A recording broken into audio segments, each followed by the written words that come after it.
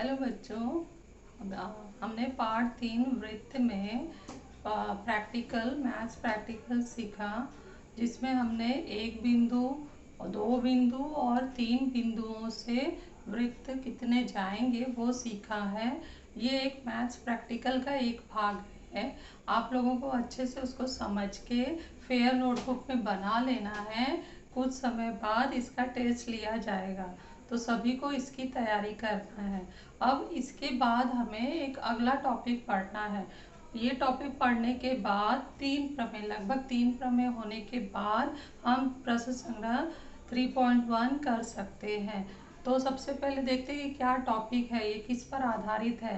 तो ये स्पर्श रेखा, स्पर्श बिंदु की त्रिज्या और स्पर्श बिंदु से बने प्रमेय पर आधारित है।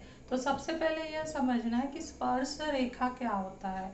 वह रेखा जो वृत्त को एक और केवल एक बिंदु पर स्पर्श करती है उसे स्पर्श रेखा कहते हैं। मौखिक से अच्छा है कि इसे हम आकृति से समझें। यहाँ पर आकृति बनाया गया है। हमने एक वृत्त लिया है। वृत्त के बाह्य बिंदु से त्रिज्या बनाया है। त्रिज्या के बाह्य बिंदु से एक रेखा एल वृत्त को छू कर जा रही है। वह एक और केवल एक बिंदु पर स्पर्श कर रही है, इसलिए रेखा एल इस वृत्त की स्पर्श रेखा कहलाती है। और जिस बिंदु पर स्पर्श करती है वह बिंदु स्पर्श बिंदु कहलाती है। और स्पर्श बिंदु और केंद्र को मिलाकर जो त्रिज्या बनती है उस खास त्रिज्या को हम स्पर्श बिंदु की त्रिज्या कहते हैं। तो स्पर्श रेखा का परिभाषा हम यहाँ लिखा गया है। वह रेखा जो वृत्त को एक और केवल एक बिंदु पर स्पर्श करे उसे स्पर्श रेखा कहते हैं। दी गई आकृति में बिंदुओं वृत्त का केंद्र है। बिंदु P स्पर्श बिंदु है। रेखा L स्पर्श रेखा है। OP स्पर्श बिंदु की त्रिज्या है। OP स्पर्श बिंदु की त्रिज्या है। रेखा L स्पर्श रेखा है। बिंदु P स्पर्श बिंदु है। बिंदु O केंद्र है। अब ये सब नए हम टॉपिक अगर समझ लिए हैं तो इस पर आधारित एक महत्वपूर्ण प्रमेय जो सवालों में उपयोग बहुत ज़्यादा होता है, प्रश्न संग्रह के सवालों में, प्रकरण के सवालों में, और पार्ट 3 का एक बेस है, आधार है, वो प्रमेय हम पढ़ने जा रहे हैं जो महत्वपूर्ण है सवालों के लिए। तो उस प्रमेय का नाम है स्पर्श रेखा त्रिज्या लंबता प्रमेय। स्पर्श रेखा त्रिज्या लंबता प्रमेय। और इसका कथन बहुत ही छोटा है कि स्पर्श बिंदु की त्रिज्या स्पर्श रेखा पर लंब होती है, सिद्ध करना है, लंब होती है, ये कथन है। तो इसमें हमें ढूंढना है कि दत्त साध्य क्या है। वैसे तो हमने 9th में पाठ 1 में पढ़ा था सशर्त कथन। सशर्त कथन क्या होता है? जो यदि और तो के रूप में लिखा जाता है। यदि से शुरू होने वाला वाक्य दत्त में चला जाता है और तो से शुरू होने वाला वाक्य साध्य में जाता है।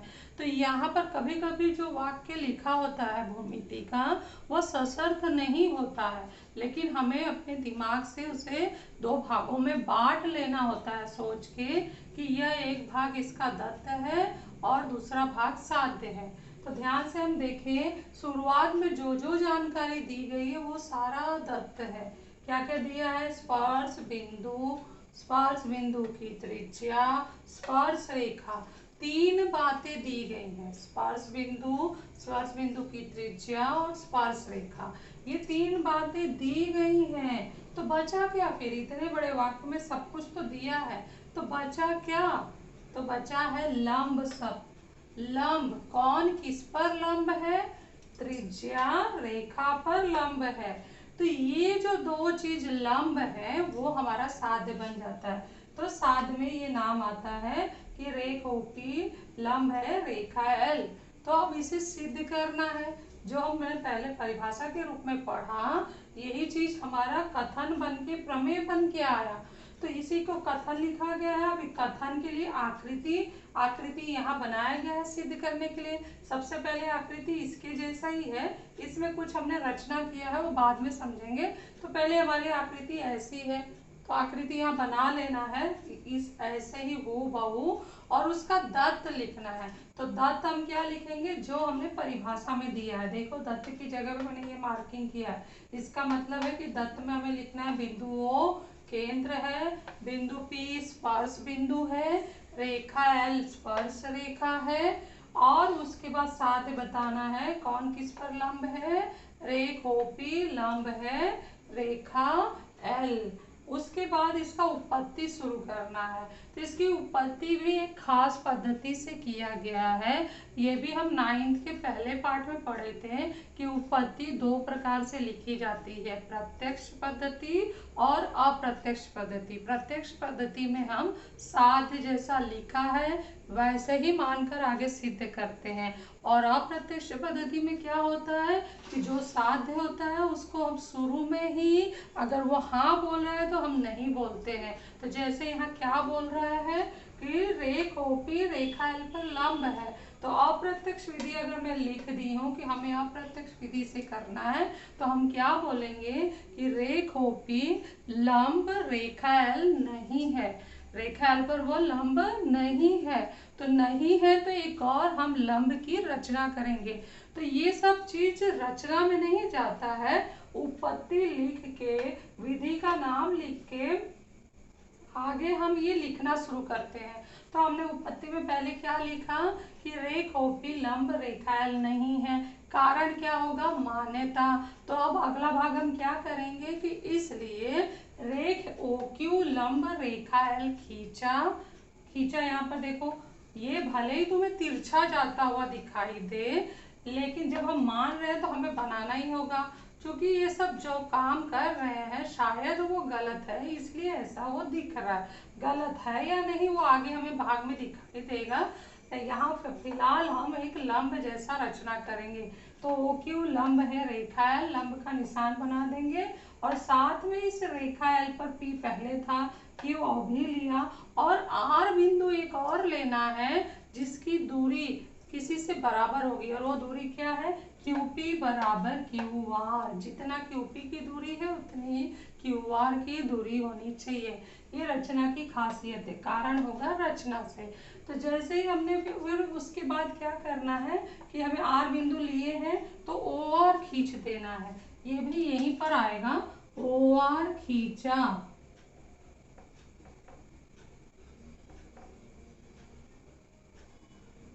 OR खींचा, OR खींचते ही 2 त्रिभुज तैयार हो गया। ध्यान दिया तुमने, OQP और OQR। अब हमारा काम है कि इन 2 त्रिभुजों को सर्वांगसम सिद्ध करो। तो सर्वांगसम सिद्ध करने के लिए हम क्या लेंगे, PQ सर्वांगसम QR, कारण होगा रचना से।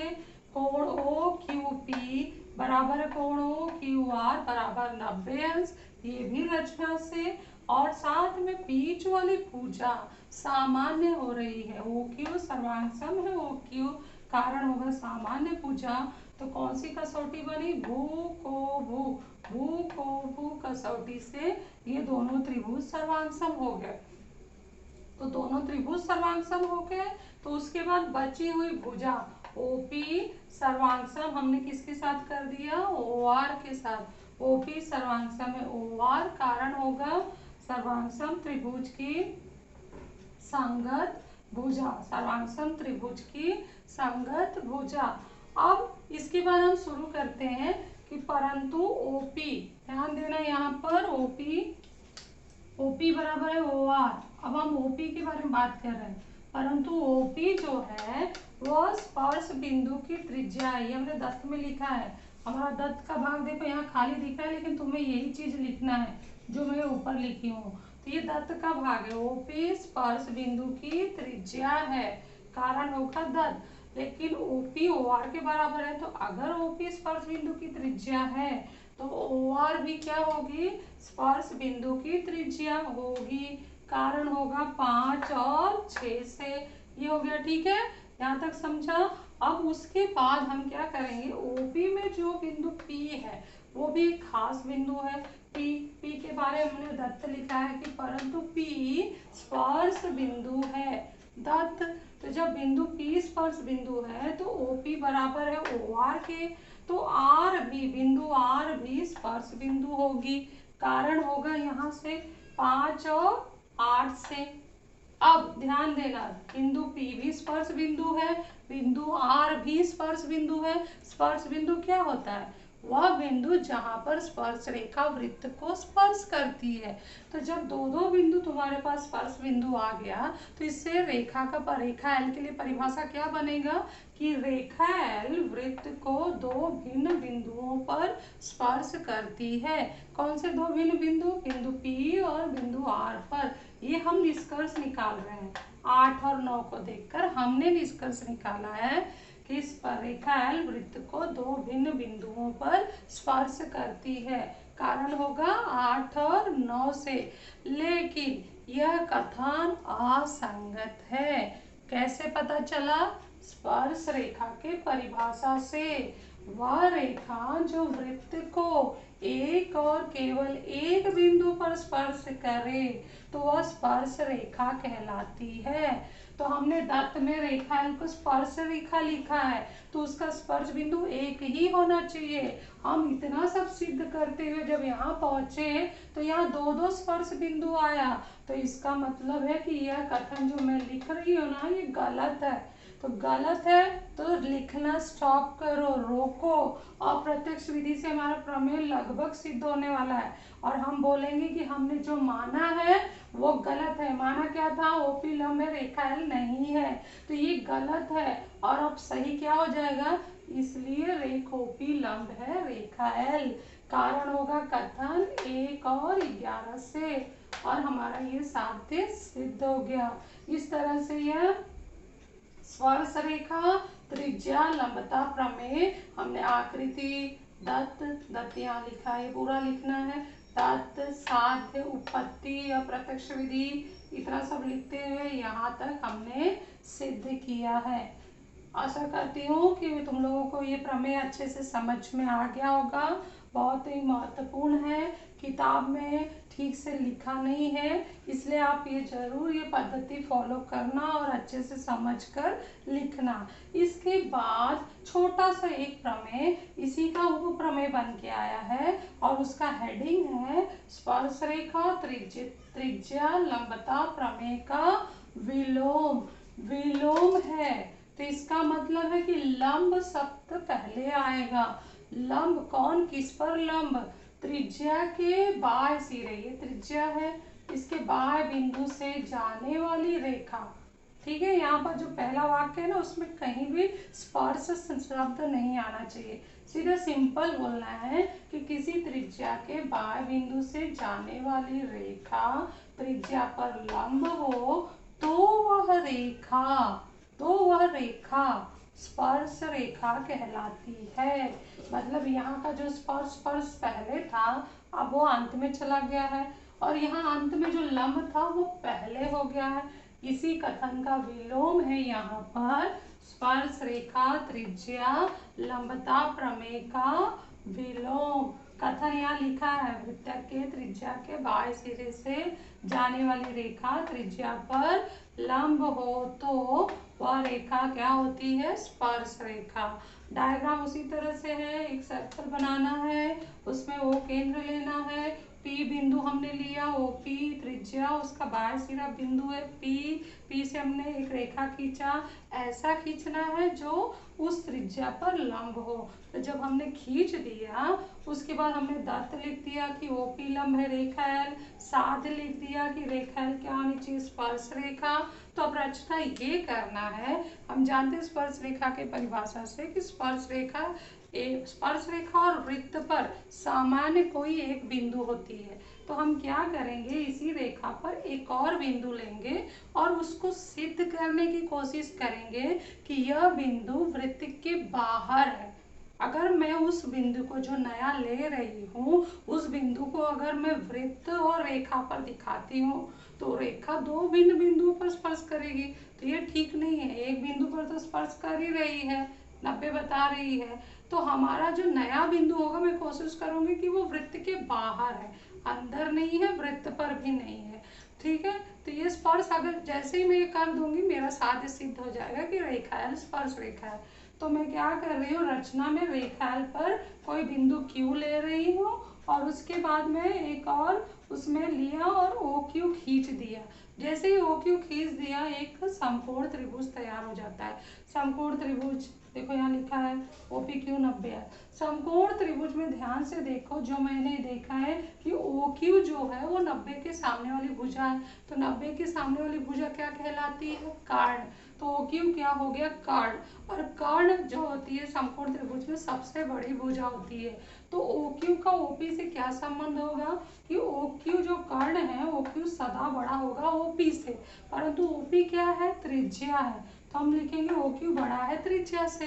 अब वृत्त के त्रिज्या और दूरी संबंध से हम ये बता सकते हैं कि कोई भी दूरी अगर त्रिज्या से बड़ी है तो उस दूरी का आखिरी बिंदु, देखो आखिरी बिंदु, उस दूरी का आखिरी बिंदु कहाँ होगा, वृत्त के बाएं भाग में स्थित होगा। क्यों, क्योंकि वो त्रिज्या से बड़ी है। तो ओ क्यू बड़ा है आर से, इससे बिंदु क्यू वृत्त के बाएं भाग में स्थित है। अब जब बिंदु क्यू वृत्त के बाहर ही है, तो रेखा और वृत्त के बीच में सामान्य बिंदु कौन बचा, बिंदु पी। अब कोई भी बिंदु लो, क्यू के अलावा और कोई बिंदु लो, उसको हम इसी तरीके से सिद्ध कर सकते हैं। तो बार बार लिखने की जरूरत नहीं है, इस तरह से हम ये सिद्ध कर देंगे कि रेखा एल वृत्त की स्पर्श रेखा है। क्यों, क्योंकि वह एक और केवल एक बिंदु पर स्पर्श करती है। तो ये सादे वाली लाइन आपको यहाँ लिख देना है। यहाँ थोड़ा सा जगह नहीं है तो मैंने नहीं लिखी हूँ, आप लोगों को लिख देना है। इतना सा ही इसका कथन था, ये हमारा छोटा सा प्रमेय विलोम का। तो विलोम इसलिए मैं साथ में लिखी हूँ ताकि आप समझो कि इसका ठीक ये उल्टा है यहाँ पर। ठीक है, तो इस तरह से हमने ये दो प्रमेय सीख लिया। आप लोग ध्यान से इसको समझिए, फिर लिखिए फेयर बुक में, ये बहुत ही महत्वपूर्ण है।